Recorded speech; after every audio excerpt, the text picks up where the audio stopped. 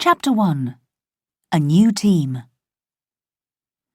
Madison Monroe sat at the kitchen table and put butter on her toast.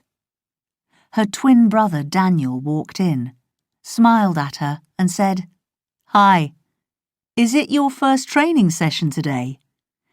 "Yes," sighed Madison. "My first session with the Colby Raiders." "How are you feeling?" asked Daniel. Madison sighed again and put down her knife. "Okay, I think. It's hard to join a new team. I loved my old team." "Oh, you always make friends easily," he said. "Well, I used to think that," she said slowly. "But now—" "What's wrong?" Daniel asked. "Is school okay?" Madison shrugged her shoulders and smiled at her brother. "Yes, it's okay. It's just hard to start at a new school. And I don't like being at an all-girls school. I miss going to school with you." She finished her toast and stood up. "I must go. I don't want to be late." "Good luck at the training session," said Daniel. Madison opened the gate and stepped onto the street. She turned to close the gate and looked up at the house. "It's a nice house," she thought. "And Colby is a nice town. I am going to like it one day. I have to." But it was hard. Madison loved her old town, her old school, and her old friends. "I have to stop thinking about the old things," she thought. "I don't want Mum and Dad to see me feeling sad. They have a lot to worry about. They didn't want to move here." After school that afternoon, Madison pushed open the door of the Colby Sports Centre and went inside. She was early. She went to the changing rooms and got ready. Then she came out and picked up a basketball. She bounced it around the court. She threw it into the hoop and smiled to herself. "Now I feel better," she thought. "Basketball always makes me feel better." She threw the ball into the hoop again. Some girls came in, all in white jerseys. "My new team," thought Madison. "The Colby Raiders A-team. Will they like me?" Then a tall man came in and said, "Okay, girls, come over here, please." "That's Mr. Roberts, the coach," thought Madison. He saw Madison and asked, "Are you Madison Monroe?" Madison nodded and tried to smile at everyone. "Okay, girls, this is your new teammate, Madison," said Mr. Roberts. "She's just moved here. She used to play for the Jesmond Jets. I've spoken to their coach about her. She was their best player. We're lucky to have her." Madison felt her face go red. "Oh, great," she thought. "Now they're really going to love me." The coach gave her a white jersey with the number 9 on it.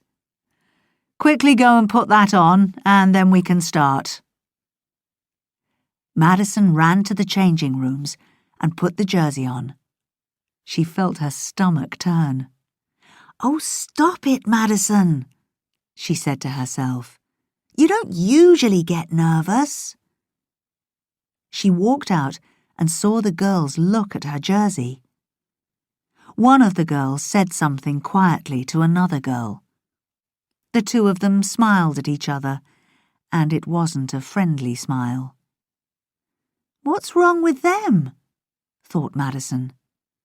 Then she told herself, "Remember, you were the Jesmond Jets' best player." "Okay, here we go." And she ran onto the basketball court. An hour later, she walked unhappily back to the changing rooms with the other girls and got changed. I played really badly, she thought. What was wrong with me? The girl next to her smiled and said, "Hi, I'm Bella, and this is my friend Christine." Madison smiled at them. "Hi, have you played in the team for long?" "This is our second year," said Christine. "Some girls have played in the team for 3 or 4 years." Madison looked across at the other girls. They've all played together for a long time, she thought. Now they have a new teammate, and she isn't very good. "I played really badly," she said to Bella and Christine. "Don't worry," Bella said kindly. "It's hard to join a new team in the middle of the year." Just then, some of the girls walked past them. "Maybe it's the number 9 jersey working its magic again," said one girl nastily. Her friends laughed, and they left the room. "Oh, don't worry about Eva," said Christine. "She likes to be the best player. She's Coach Roberts' daughter." "Yes, and she always likes to tell us that," said Bella. "But what did she say about the number 9 jersey?" asked Madison. "It's working its magic. What magic?" "Oh, don't listen to those stories," said Bella. "What stories?" asked Madison. Bella looked at Christine, and Christine looked at Bella. Then Bella said quietly, "Well, a girl from this school disappeared. She played in this team." "She disappeared?" asked Madison. "It was a long time ago," said Bella. "But what happened to her?" "Well, the story isn't very nice," said Christine. "It was a murder." "Someone killed her?" asked Madison. "Is that true?" "No, Christine," said Bella. "It wasn't a murder. Someone kidnapped her, and then no one saw her ever again." Madison looked at Bella and then at Christine. "But which story is true?" she asked. "Well, I don't know," said Christine. "It was a long time ago. I only heard a story about it." "But what has this got to do with me?" asked Madison. "It's the jersey," said Bella. "You see, she wore the number 9 jersey.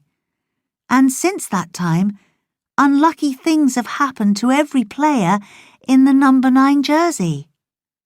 "What kind of things?"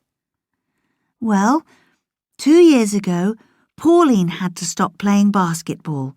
She got very bad asthma," said Christine. "And the girl before her fell off her bike and broke her arm." "And then there was the girl who had a car accident," said Bella. "And last year there was Claire." "Goodness, what happened to Claire?" asked Madison. "Well, nothing really bad," said Bella. "But she had lots of little things go wrong. Things disappeared from her school locker, and just before the big match of the year, she broke her finger." "But that's just bad luck. Anyone can have bad luck," said Madison. "The coach always gives out the number 9 jersey last," said Christine. "That's because it's unlucky." "I'm not superstitious," said Madison. "I'm happy to wear the number 9 jersey." "Well," said Bella slowly, "you didn't play very well today. But you were the best player in your old team, weren't you? Isn't that a bit strange?" "Not really," said Madison. "It's just hard to join a new team." She picked up her bag and smiled at the girls. "I think number 9 is going to be lucky for me," she said, and left the room. Chapter 2. The Coach's Office. But Madison didn't start to play better. The Colby Raiders played games against other teams. They won some and they lost some, but Madison played badly in all of them. After another bad game one Saturday, she sat down on the seats beside Bella and Christine. She felt sad and angry. "Are you okay?" Bella asked. "Oh, I don't know. I used to be a good player, but something's wrong with me," Madison said. "We lost the game today because I played badly." "Oh, that's not true, Madison," said Bella kindly. "And even the best sports people play badly sometimes." The other girls in the team walked past to go to the changing rooms. They glared at Madison. "Loser," said Eva quietly. Madison groaned. "Oh, don't worry about them," said Christine. "Eva is nasty to everyone, and the others just follow her." "Yes, I know," said Madison. "I just want to play better." Just then, the door opened, and one of her teammates called to her, "Madison, the coach wants to see you in his office after you've changed." "Oh, great," groaned Madison. "This is not going to be good." 10 minutes later, she came out of the changing rooms. Mr. Roberts walked past and said, "Madison, can you wait in my office, please? I'll be there soon." Madison nodded and went into the coach's office. She looked around her. She felt nervous. "The coach isn't happy with me," she thought. She walked over to a bookshelf and looked at the large books there. Carefully, she took one off the shelf. She looked inside the book. "Wow," she thought. "These are the logbooks from each year. This one's from 1985. She saw the names of all the players in the team. She put the book back and looked at all the others on the shelf. They go back to 1975. She turned around and looked at the walls. There were photographs of all the teams. The first one was from 1975 too. This team started more than 30 years ago, she thought. She looked at all the teams from all the years. In each one, she looked at the girl in the number 9 jersey. Just then, the coach came back into the room.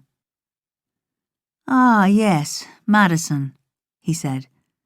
"I need to talk with you. How do you feel you are doing?" "Oh, it's a great team," Madison said quickly. "I really like playing with the girls." Yes, said the coach. "But the thing is, you're not playing well." Madison nodded her head. "Oh no," she thought. "What is he going to do?" "Okay, Madison, stay calm. Don't cry, please don't cry." "The coach from your old team told me good things about you. He said to me, 'Madison's a great player. She's my best player.' But was that true, Madison?" "Oh, yes, Coach, it was true. I am a good player. Well, I was a good player. In the Jets." "Madison, you're not in the Jets now. You're in a new team," the coach replied. "And the Colby Raiders need you to play well." "He is angry with me," thought Madison. "I am trying to play well." She felt her face go red. She tried to stay calm. She didn't speak. The coach said, "I've decided to give you 2 weeks. 2 more games. I want to see you play better in that time," he said, "or you'll be playing in the B team." Madison felt her face go white. "The B team? I don't want to play in the B team. I have to play better. I have to work harder." "I'm sorry, Mr. Roberts," she said. "I have been playing badly. That's true, but I am a good player. I'll train harder. I'll play better. You'll see." "Well, you can start with our next game," he said, and waited for her to leave. Then Madison thought of something. She looked at the photos on the wall. "Coach," she said, "the girls told me about the number 9 jersey. What happened to that girl all those years ago?" "What are you saying, Madison?" the coach said angrily. "You're playing badly because of your jersey?" "No, I just wondered," said Madison. "Well, don't," said the coach. "There's nothing wrong with the number 9. That's just a silly superstition." "I'm not superstitious," said Madison. "I just wondered about the girl." The coach looked at one of the photos on the wall, the one from 1979. He was quiet for a moment. Madison waited. "It was a long time ago," he said slowly. "A long time before I became the coach. Something happened to one of the girls, but I don't know what." Then he walked over to his desk and sat down. He didn't look up. Madison thanked him quietly and left the room. "Wow, that was strange," she thought. "Maybe he does know something. But what is it?" She walked home slowly and thought about her talk with the coach. Chapter 3. A Girl Doesn't Just Disappear. Madison opened the front door, dropped her bag in the hall, and walked into the kitchen. She opened the fridge door. She wanted something to eat. She wanted to feel better. Daniel walked into the room, sat down at the kitchen table, and opened his school books. "How did the training go?" he asked.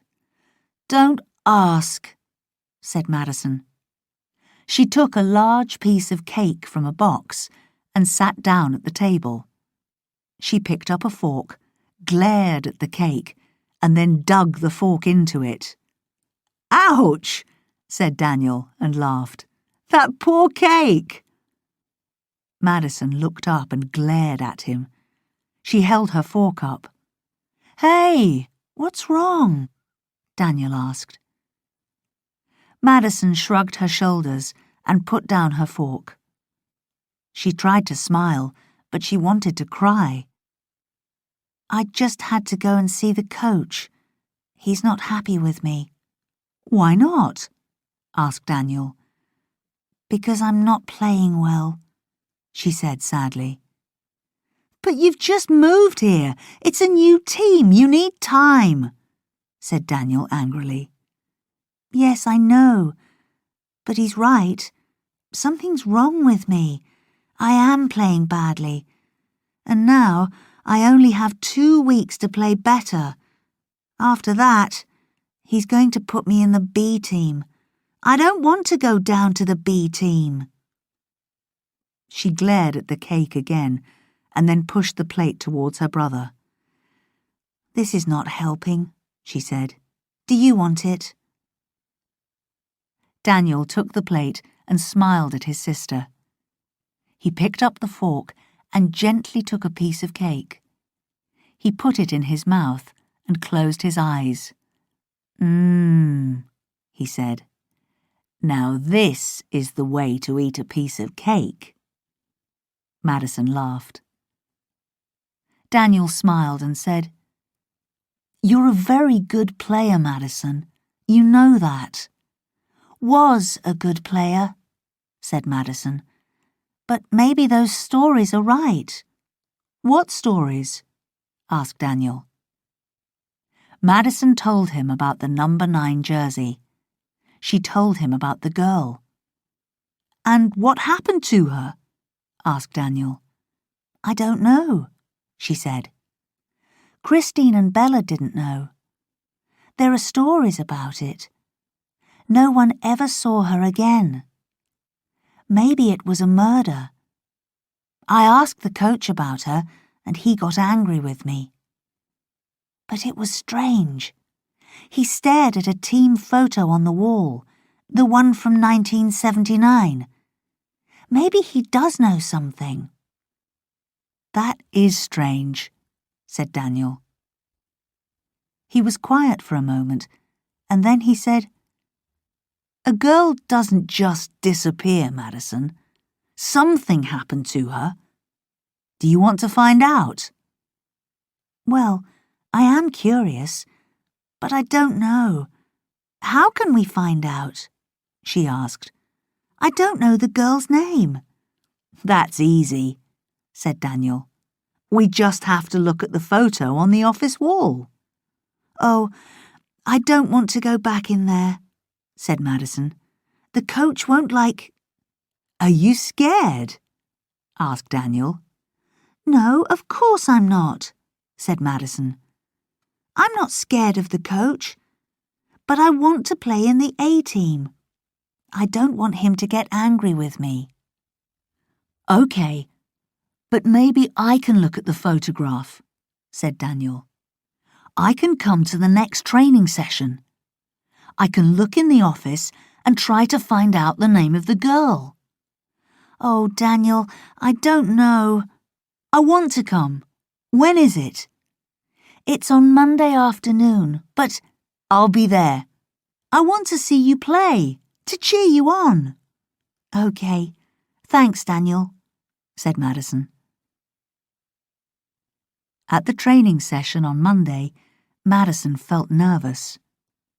She looked over to the seats. Daniel waved at her. She smiled and waved back at him. Then the game started and she forgot about him. 10 minutes later, she looked back at the seats and he wasn't there. Be careful, Daniel, she thought. I don't want any trouble. Daniel waited until the coach was busy talking to the girls. He walked away from the basketball court and stood at the door to the office. He looked around him and then opened the door and went in. He looked at the pictures on the wall.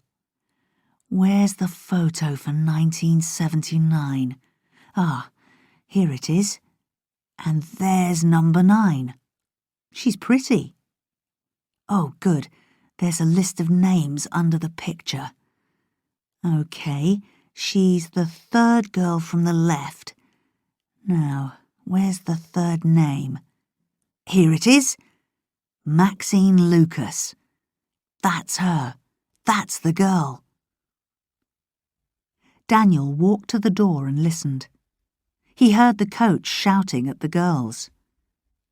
He went back in and looked at the books on the bookshelf. He found the logbook for 1979 and took it off the shelf. Someone had written about every training session and every game. He looked through the pages. Then he found it. Training session very quiet today. No one has seen Maxine Lucas for 3 days. No word on her yet. Daniel looked at the date on the page. Then he put the book back on the shelf and quietly left the office. He walked back to sit and wait for Madison. Daniel told her about the name and the logbook on the way home. What do we do next? Asked Madison. Let's start at the library, said Daniel. They have all the old newspapers. We can meet there after school tomorrow. Chapter 4. Finding Maxine Lucas. Madison went to the library after school on Tuesday. Daniel was already there. They asked about the old newspapers, but the librarian couldn't help. The library didn't have newspapers from 1979. They went home and went onto the internet. They looked for information about Maxine Lucas. There were pages and pages about people with that name, but they didn't see any information about a Maxine Lucas from Colby. "It will take months to go through all these," sighed Madison. "Yes, it isn't much help. Maybe we need to try something else," said Daniel. "Maybe we need to give up and do something else," said Madison. "I have to do some basketball practice today. It's a big game for me on Saturday."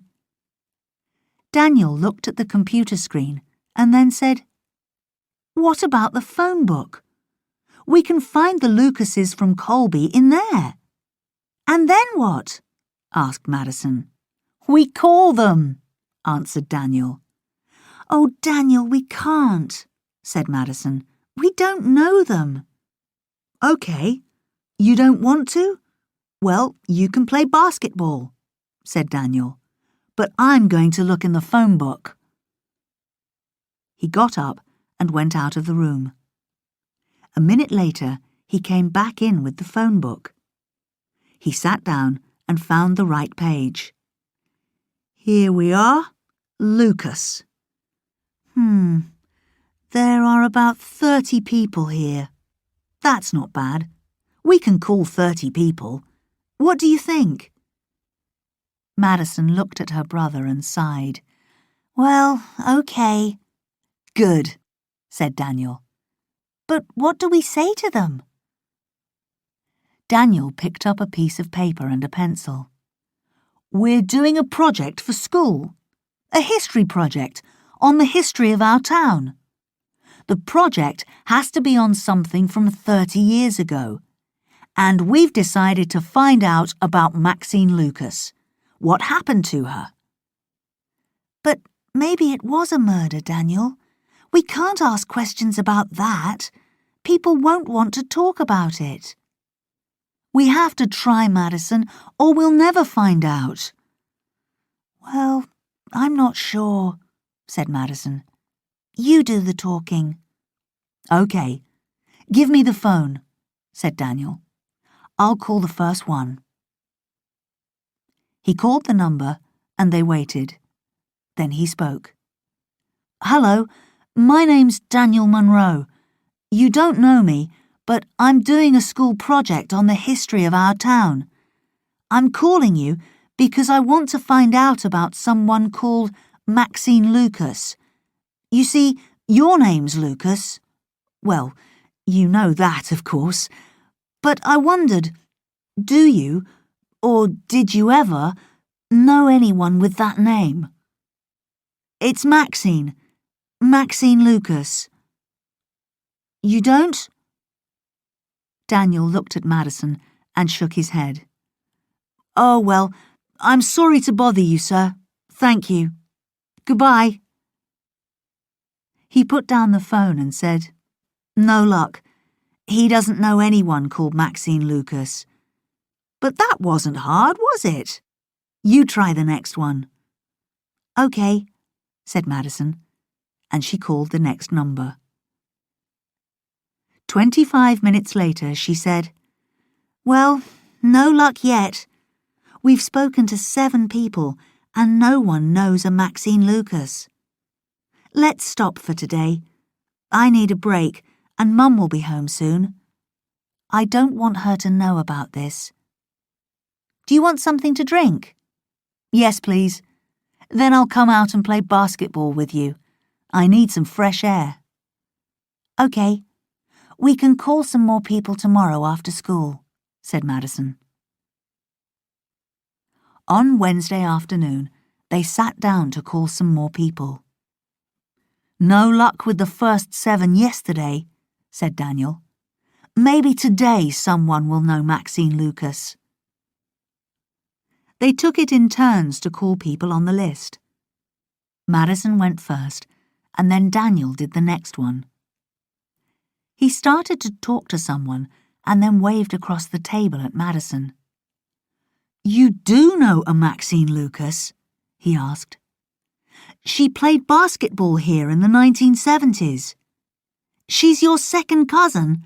Oh, that's great." He held his thumb up to his sister. "Yes, sir. No, I understand. You don't want to give us her number. No, we don't want to upset her. We just want to talk to her about those times."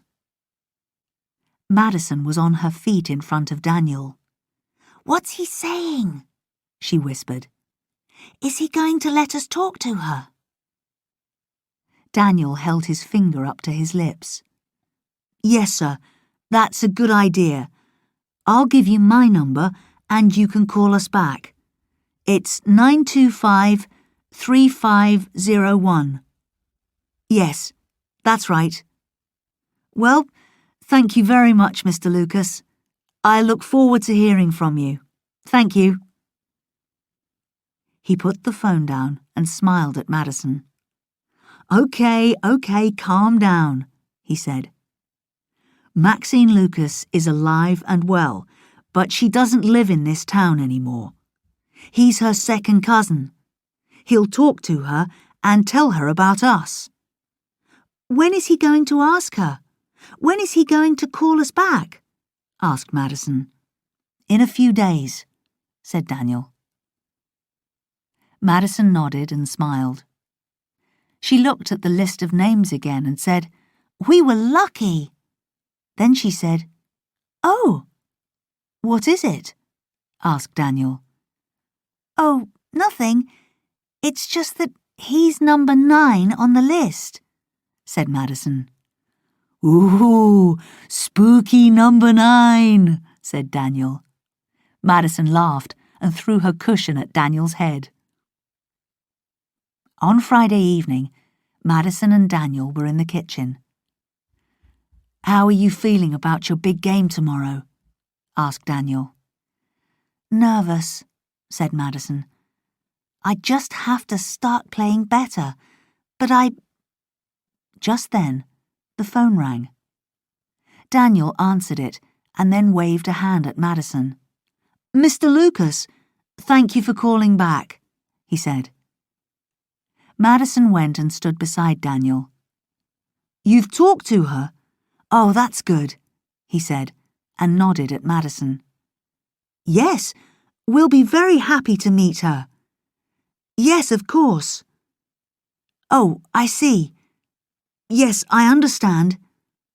Oh, I'll just get a pen and paper." Madison passed him some paper and a pen and whispered, "What's he saying?"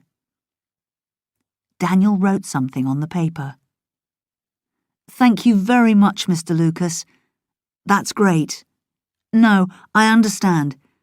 We are really looking forward to meeting her. Please tell her that. Thank you. Goodbye." Daniel put the phone down. "Well?" asked Madison. "What did he say?" "She's going to meet us," said Daniel. "Next week, on Wednesday at 4 p.m. at Mimo's Cafe in the mall." "That's great," said Madison.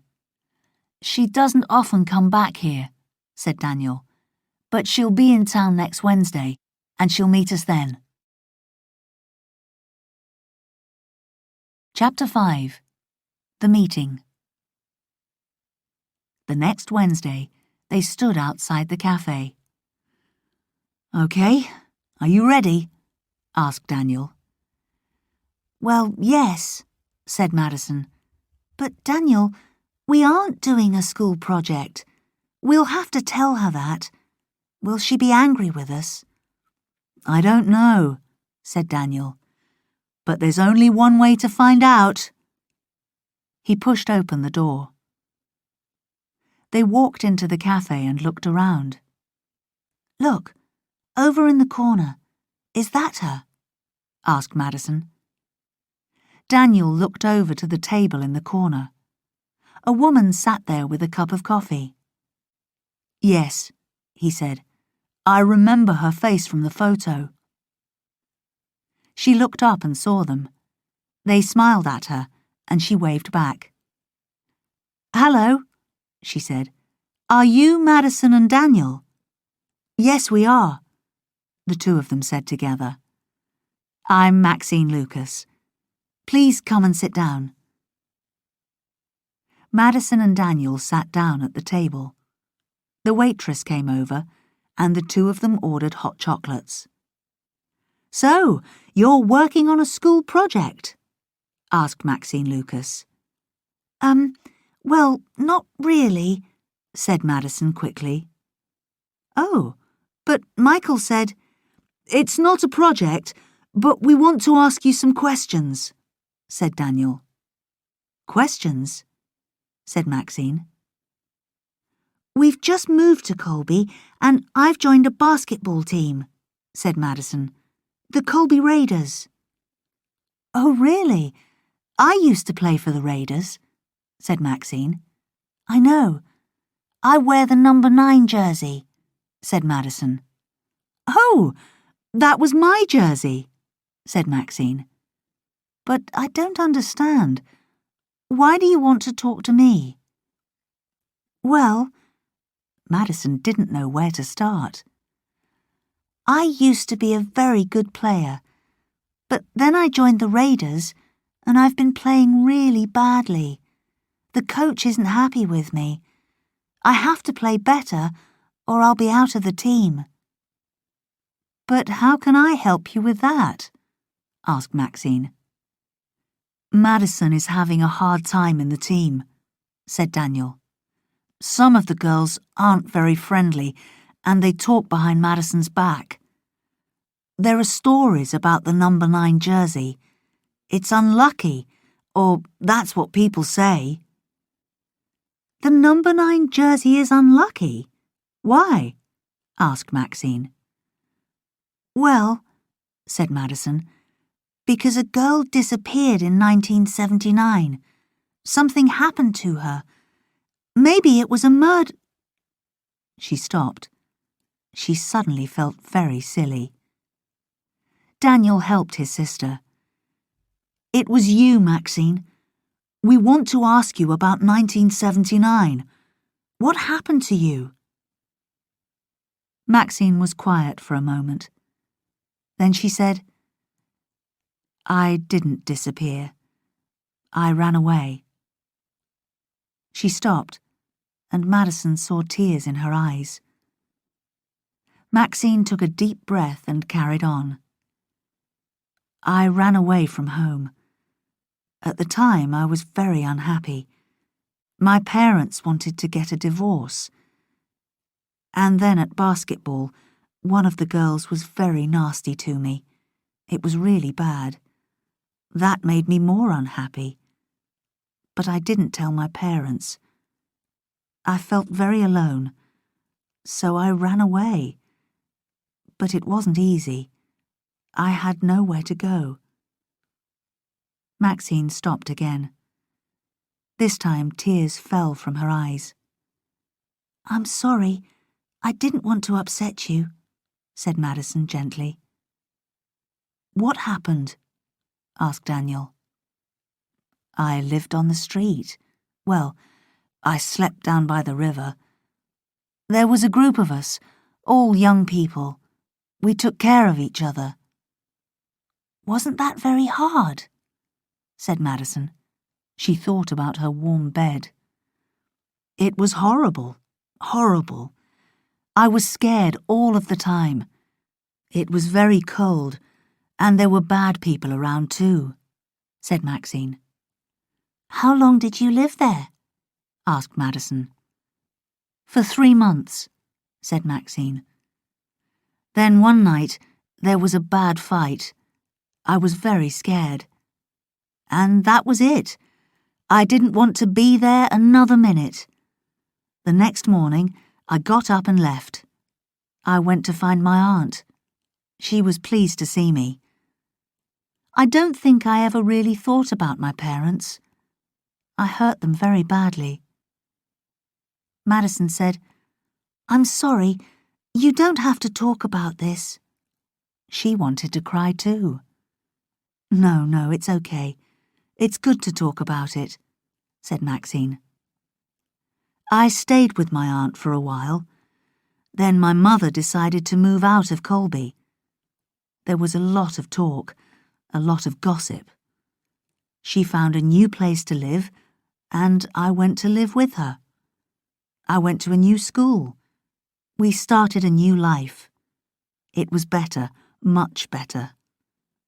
The only mistake I made was giving up basketball. At the time, I didn't want to play anymore, and I never wanted to see Anita, the nasty girl, again. But I loved playing basketball. It was silly to give it up. "I love it too," said Madison. The waitress brought Madison and Daniel's hot chocolates. The three of them sat and drank without speaking. Madison thought about Maxine's story. It was sad. Then Maxine asked, "Are the Raiders still a good team?" "Oh, yes, they have some great players," said Madison. "Eva is very good, but she doesn't like me. She's nasty to me."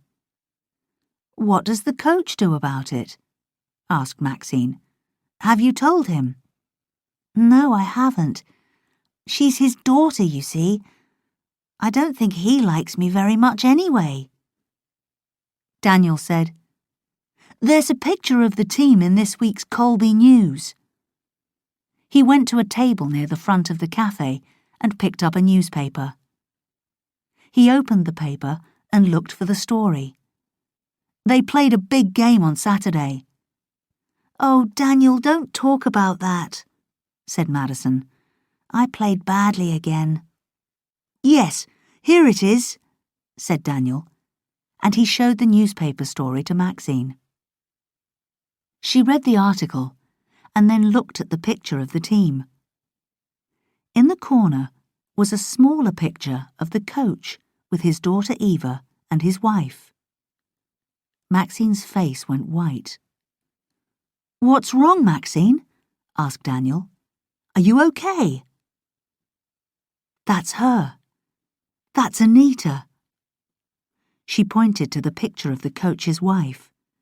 "She's older, of course, but that's her." She looked at the names under the picture. "Yes, Anita. And that's Jack Roberts. I know him. He used to play in the boys' team. He was the captain." Well, they got married. And now they have a daughter, and she is bullying you." Maxine shook her head.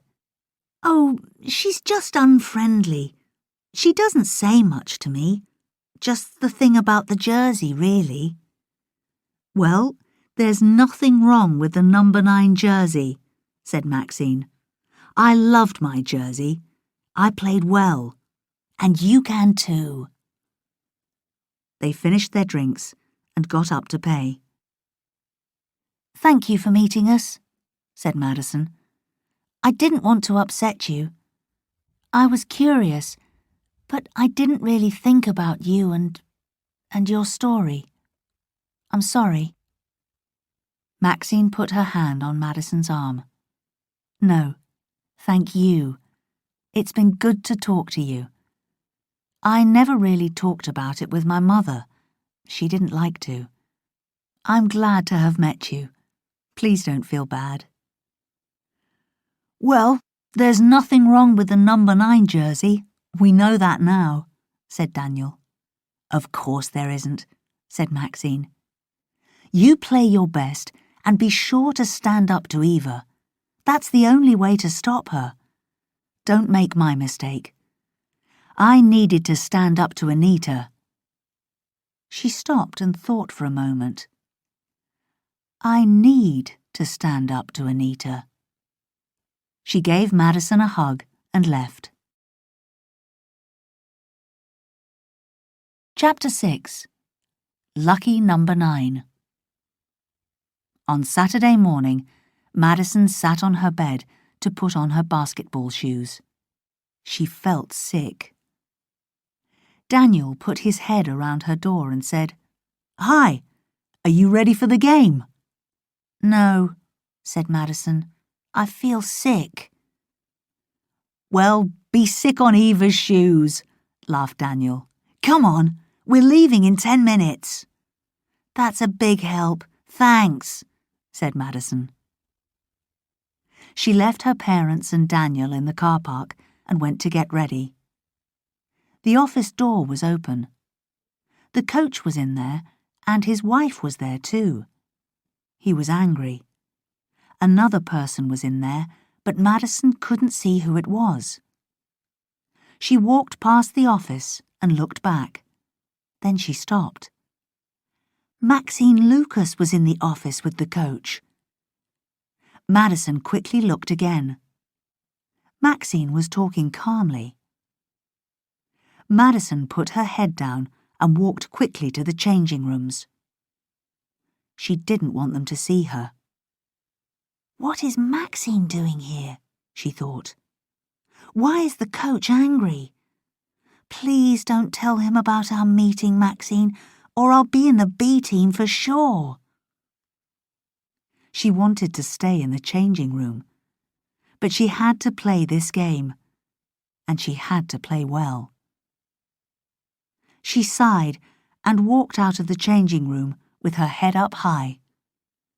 She went to the corner of the basketball court where her teammates were getting ready. "I wonder, will the number 9 jersey bring you bad luck today?" said Eva nastily. Madison turned and looked at her. She remembered Maxine's words. Be sure to stand up to Eva. That's the only way to stop her. "Of course it won't," she said. "It can't, Eva. It's just a jersey." She turned away, and she heard Bella and Christine laugh. "Wow, Maxine was right," she thought. "It feels good to stand up to her." She smiled at Bella and Christine. Then the coach came over to them. "Okay, everyone," he said. "This is a big game today, and we need to win this one.